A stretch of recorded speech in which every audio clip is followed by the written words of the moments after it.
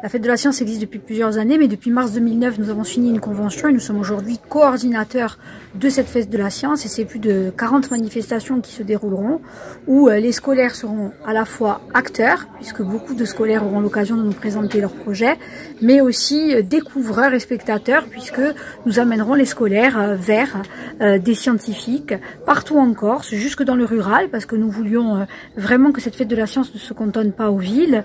Et aujourd'hui, nous sommes à Sainte-Juliane et c'est aussi pour montrer qu'en Corse, nous avons de la recherche, de l'innovation qui est à la pointe, même à la pointe au niveau international. Quel est pour vous le rôle de la science dans le développement de l'agriculture corse? Je crois que pour l'agriculture corse, c'est vraiment un défi et un enjeu, on le voit ici.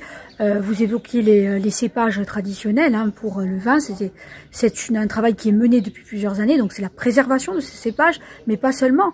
C'est ensuite permettre qu'ils puissent être mis en culture et qu'ils nous donnent ces vins qui sont aujourd'hui aussi reconnus à un niveau international, et je crois que ça permet de se différencier en partant de ce qu'étaient les cépages traditionnels et en modernisant les process, et c'est tout l'intérêt de ces innovations qui partent de la tradition et qui permettent à partir de celle-ci d'innover. Les agrumes, on va voir surtout ce qui nous intéresse à l'heure actuelle, c'est la protection du verger. On l'a vu, on en a parlé, c'est-à-dire les méthodes innovantes, les méthodes vertes, les méthodes douces qui feront qu'un jour ou l'autre, nos agrumes seront de plus en plus reconnus sur le marché parce qu'on va éviter de plus en plus de traiter avec des moyens conventionnels. Toutefois, pour ne pas prendre le risque que nos agrumes aient un domaine orphelin où on ne peut rien faire et perdre toutes les récoltes, on conserve quand même le domaine conventionnel. Sur les désherbages, etc., on essaye de mettre en place des nouvelles méthodes, non pas de désherbage, de maîtrise de l'herbe, un peu biologique si vous voulez, pour ne pas avoir à utiliser des désherbants extraordinaires, etc. Il y a des aspects variétaux, parce que la clémentine, elle est une, mais elle est plurielle. Elle est une, mais il y a plusieurs variétés, on en cherche aussi d'autres. On cherche aussi d'autres mandarines, d'autres trucs. Quel rôle a la science dans le développement de la filière agrumes?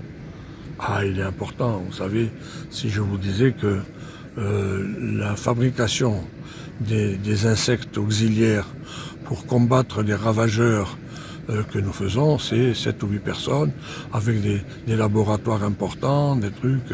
On fabrique des millions d'insectes qu'on vend aux agriculteurs. On fait des tests de résistance, on fait des tests aux résistances hydriques, aux résistances de certains produits ou du manque de produits, etc., du manque d'eau.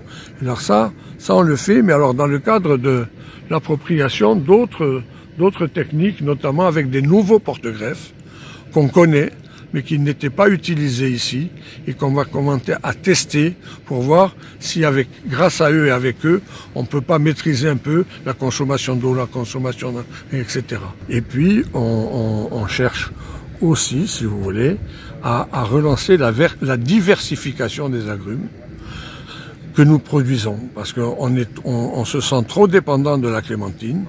Et on veut s'orienter aussi un peu sur les oranges, des oranges typiques et des citrons. Parce qu'on sent que il y a des potentialités importantes sur le marché national et même un peu plus loin.